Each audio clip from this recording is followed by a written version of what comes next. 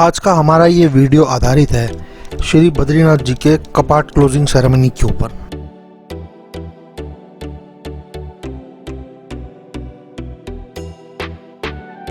Hello friends, welcome back to my YouTube channel. आज तारीख है 16 नवंबर 2019 और सुबह के 5 बज रहे हैं। तो दोस्तों, आज हम लोग दिल्ली से श्री बद्रीनाथ जी यात्रा पर जा रहे हैं, जिसका अप्रोक्सीमेट डिस्टेंस दिल्ली प्रीति विहार एरिया से 550 किलोमीटर है। और हम NH58 पर मुरादनगर, मेरठ, हरिद्वार, ऋषिकेश, श्रीनगर, रुद्रप्रयाग के रास्ते होते हुए जोशीमठ तक जाएंगे और आज रात स्टे जोशीमठ में ही करेंगे। तो सुबह के 7:10 हो रहे हैं और हमने मेरठ क्रॉस कर लिया है, तो मुजफ्फरनगर की तरफ बढ़ते हैं दोस्तों। तो दोस्तों, अभी हमने मुजफ्फरनगर क्रॉस कर लिया है और सुबह के 8:30 हो रहे हैं और हम अभी गणपति टूडीज ढाबा पर ब्रेकफास्ट के लिए रुके हैं। ये ढाबा मेन NH58 पर रुड़की से थोड़ा सा पहले पड़ता है और ये मेरा फेवरेट ढाबा भी है। तो चलो भाई, अभी हमने गोभी और आलू के तंदूरी पराठे लगवाए हैं मक्खन के साथ, तो फटाफट से ब्रेकफास्ट करते हैं और आगे चलते हैं। अभी 10:20 हो रहे हैं और हम हरिद्वार पहुंच चुके हैं। सुबह 5 बजे दिल्ली से चले थे, तो आज जोशीमठ तक पहुंचने का प्लान है। देखते हैं क्या समय लगता है और किस हिसाब से हम पहुंचते हैं। तो चलिए चलते हैं। तो दोस्तों, सुबह से लगातार चलते हुए ऑलमोस्ट 8 घंटे हो चुके हैं और अभी 12:50 हो रहे हैं, लेकिन सफ़र अभी बहुत लंबा है तो हमें चलते जाना है। तो भाई आगे आगे सफ़र में चलते चलते बात करते चलेंगे, लेकिन आगे बढ़ते बढ़ते एक आप लोगों के साथ में फ़ोटो शेयर कर रहा हूँ। देखिए कितनी खूबसूरत है माँ गंगा की फ़ोटो। तो प्लीज़ कमेंट करके कमेंट बॉक्स में बताइए आप लोगों को ये फ़ोटो कितनी खूबसूरत लगी। हाँ, तो दोस्तों, हम बात कर रहे थे कि 8 घंटे होने को हैं सुबह से चलते हुए और ऑलमोस्ट हम लोग 300 किलोमीटर कवर कर चुके हैं। अभी हम ऋषिकेश से कुछ 75 किलोमीटर आगे देवप्रयाग तक पहुंचने वाले हैं और हमारा सफर ऑलमोस्ट 200 किलोमीटर का और है जोशीमठ तक पहुंचने में। तो भाई हमारे रास्ते में टोटल 5 प्रयाग आएंगे, जिनके बारे में फटाफट आगे बढ़ते हुए मैं आपको फटाफट जानकारी दे देता हूँ। तो भाई, जिन जगहों पर नदियों का संगम होता है उन्हें प्रयाग कहते हैं और इन्हें मुख्य तीर्थ माना जाता है। उत्तराखंड के 5 प्रयाग हैं: देवप्रयाग, रुद्रप्रयाग, नंदप्रयाग, कर्णप्रयाग और विष्णुप्रयाग। उत्तराखंड के प्रसिद्ध पंच प्रयाग गंगा जी की मुख्य नदियों के संगम पर स्थित हैं। जैसा कि आप जानते ही हैं, नदियों का संगम भारत में बहुत ही पवित्र माना जाता है। विशेषता इसलिए कि नदियां देवी का रूप मानी जाती हैं। प्रयाग में गंगा, यमुना, सरस्वती के संगम के बाद गढ़वाल हिमालय के क्षेत्र के संगमों को सबसे पवित्र माना जाता है, क्योंकि गंगा, यमुना और उनकी सहायक नदियों का यही उद्गम स्थल है। तो भाई, अगर आपको ये जानकारी अच्छी लगी हो तो कमेंट बॉक्स में कमेंट करके जरूर बताएं। तो भाई, अभी हम देवप्रयाग पहुंच चुके हैं। देवप्रयाग अलकनंदा तथा भागीरथी नदियों के संगम पर स्थित है। इसी संगम स्थल के बाद इस नदी को पहली बार गंगा नदी के नाम से जाना जाता है दोस्तों। तो चलिए आइए माँ गंगा के दर्शन करते हैं और आगे बढ़ चलते हैं अपने सफर पर। तो दोस्तों, जैसा कि आप सभी जानते ही हैं कि उत्तराखंड के चारों धाम पर जो रोड जाती हैं, उन सभी पर 4 धाम सड़क योजना का काम चल रहा है, जिसके लिए कहीं कहीं पर सड़कें बहुत ही खूबसूरत है, जो कि अभी बिल्कुल नई बनी है, और कहीं कहीं पर बिल्कुल ही टूटी हुई है, जिसकी वजह से कि हमें लंबे लंबे जाम में भी फंसना पड़ता है। तो दोस्तों, अभी थोड़ा ही आगे बढ़े थे, तभी ये सड़क कटाई के काम में अचानक एक बहुत बड़ा जाम मिल गया है। तो अब यहाँ पर रुकते हैं, देखते हैं कितना समय लगता है यहाँ से निकलने में।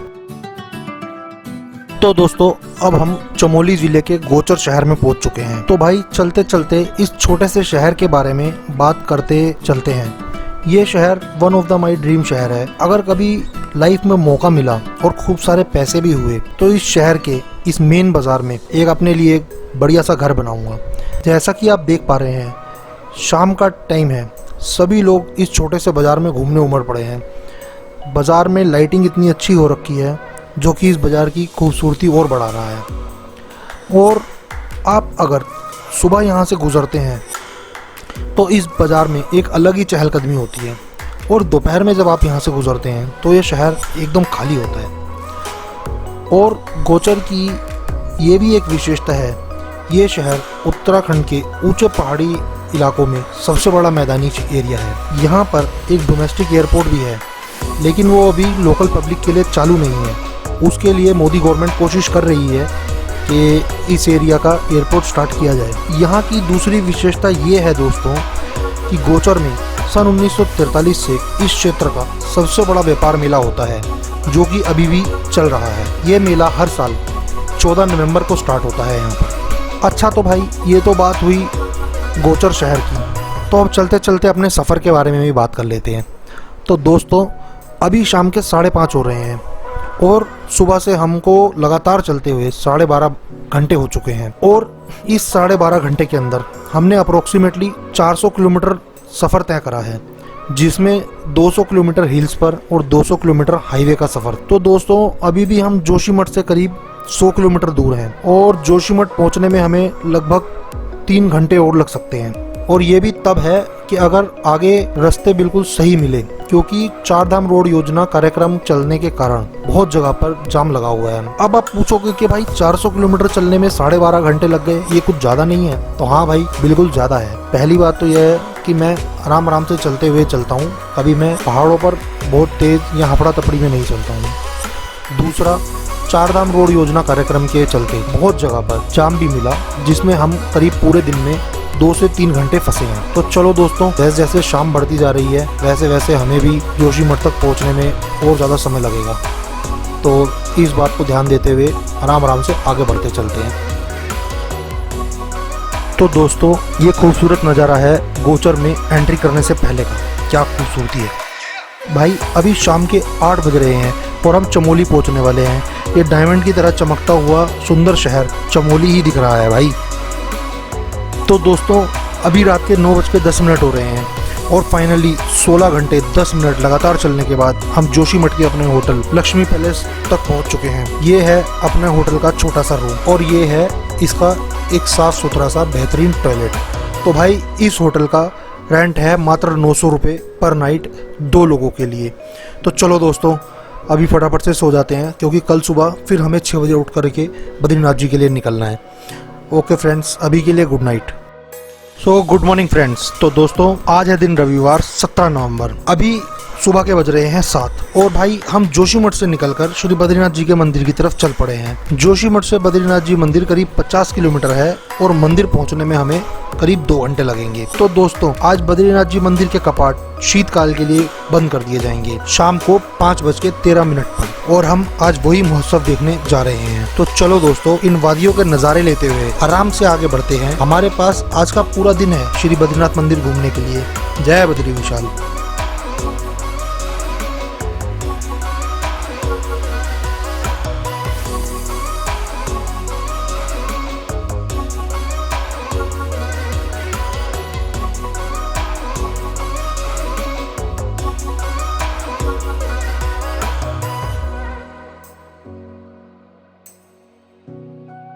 तो दोस्तों, अभी हम जोशीमठ से 23 किलोमीटर चलकर गोविंद घाट तक पहुंच चुके हैं। जैसा कि आप सबको मालूम ही है, गोविंद घाट से ही श्री हेमकुंड साहिब जी की यात्रा भी होती है। यहाँ से 2 किलोमीटर आगे ही पांडुकेश्वर भी है, जहाँ पर बद्रीनाथ जी के कपाट क्लोज होने के बाद पहले दिन बद्रीनाथ जी की डोली को ठहराया जाता है। तो चलो दोस्तों, आगे बढ़ते चलते हैं। तो दोस्तों, अभी हम पांडुकेश्वर से चलकर 7-8 किलोमीटर आगे लमगढ़ तक पहुँचे हैं और यहाँ इस जाम में पिछले 10 मिनट से फंसे हैं। तो दोस्तों, अब ये जाम खुल रहा है, चलो आराम आराम से आगे बढ़ते हैं। भाई, दिल्ली से लेकर अभी तक के पूरे सफर का सबसे मुश्किल स्ट्रेच यही है। जैसा कि आप देख पा रहे हो, पुलिस वाले भी सबको इशारा करके दोनों तरफ से आने जाने वाली गाड़ियों के बारे में जानकारी देने की कोशिश कर रहे हैं, ताकि इस छोटी सड़क पर जाम की स्थिति उत्पन्न ना हो पाए। सिर्फ 1 किलोमीटर के अंदर आपको फील हो जाता है कि आपने पूरे दिन की ड्राइविंग कर ली है। एक तरफ आप देखेंगे ये मिट्टी का इतना बड़ा ऊंचा पहाड़ है और दूसरी तरफ ये गहरी खाई है। तो अगर नीचे देखो तब भी डर लगता है और ऊपर देखो तब भी डर लगता है। और ये आगे वाले महाशय ने अपनी गाड़ी फंसा ली और ऊपर से ये सोने पर सुहागा कीचड़ है। भाई, ये तो कहावत ही निकल गई आज मुँह से। दोस्तों, ये एक बहुत बड़ी पानी की धारा है। मैं जब अप्रैल महीने में आया था तब यहाँ पर बहुत तेज पानी बह रहा था और नीचे इन लोगों ने इसके निकलने के लिए पूरी व्यवस्था करी हुई थी, जिसकी वजह से कीचड़ अभी भी है। अभी यहाँ पर बहुत छोटे वाटर लाइन आ रही है, क्योंकि ऊपर पहाड़ों पर बर्फ जम रही है। तो चलो दोस्तों,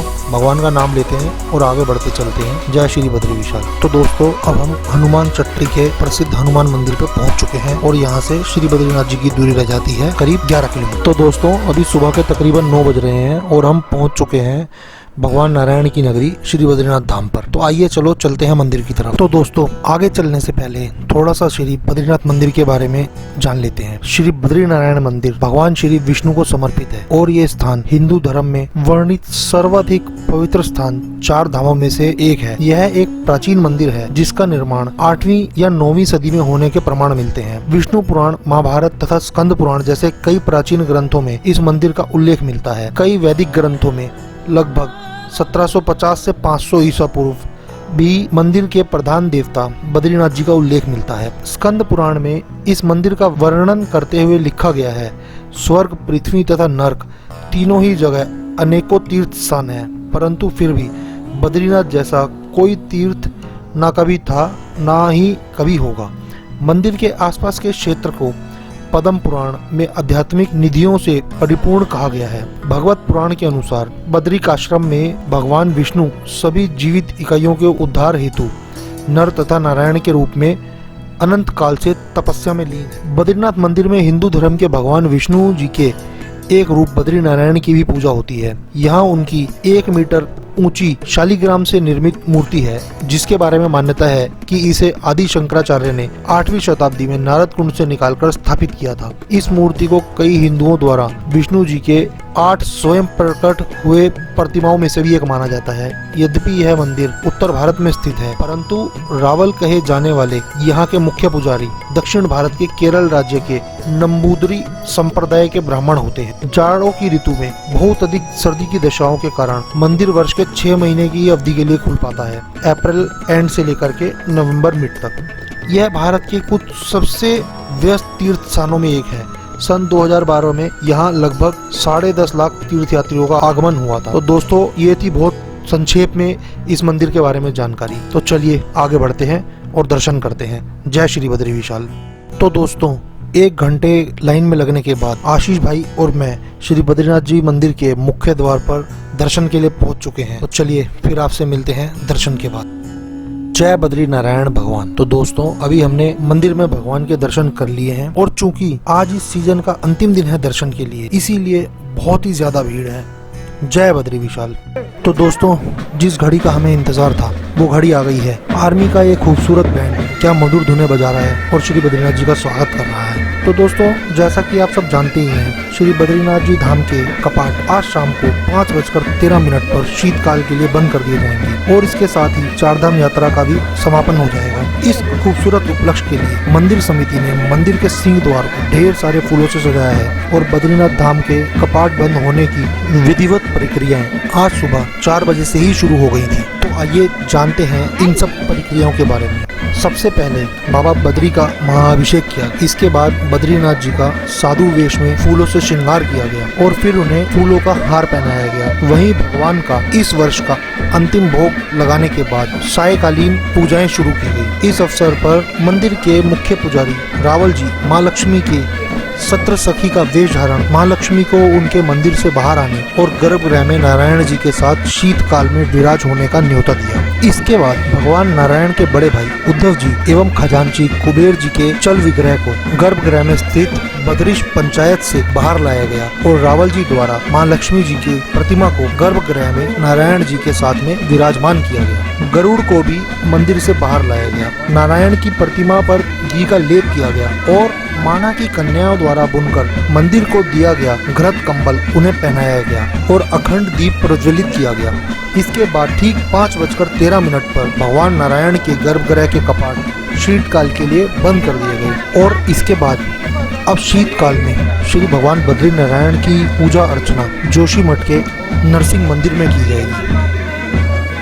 और आर्मी बैंड की इस मधुर धुन पर भक्त गणों का उत्साह देखते ही बन रहा है। जय बद्री विशाल।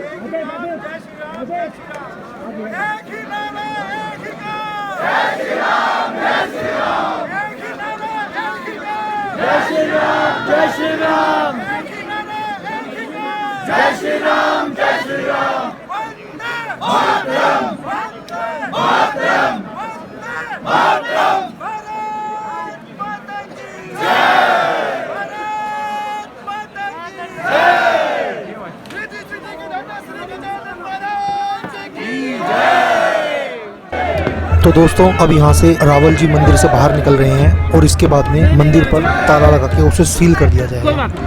तो हम रावल जी के दर्शन तो नहीं कर पाए क्योंकि भीड़ इतनी ज़्यादा थी, लेकिन आप वीडियो में ध्यान से देखेंगे तो उनकी सोने की छड़ी आपको दिखाई दे रही होगी। तो यही है मंदिर के अंतिम दर्शन।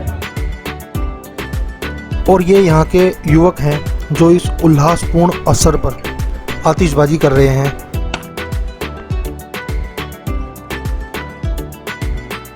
तो दोस्तों वैसे तो इस अनुभूति को शब्दों में बयान नहीं किया जा सकता, क्योंकि जब आप स्वयं यहाँ पर होते हैं तो इतनी सारी जो पॉजिटिव वेव्स होती हैं और इतने सारे भक्तों की जो आशाएं होती हैं वो इस वातावरण में आपको बिल्कुल ही एक अलग एनर्जी देती हैं। जय बद्री। तो दोस्तों जैसा कि आप इस वीडियो में देख पा रहे हैं, मंदिर के मुख्य द्वार को लॉक करके सील कर दिया गया है और अब यह द्वार अगले 6 महीने बाद ही खुलेगा, यानी कि अप्रैल एंड या मई स्टार्ट 2020 में। तो दोस्तों आप सभी के स्नेह और प्यार की आशाओं के साथ इस वीडियो को यहीं समाप्त करता हूँ।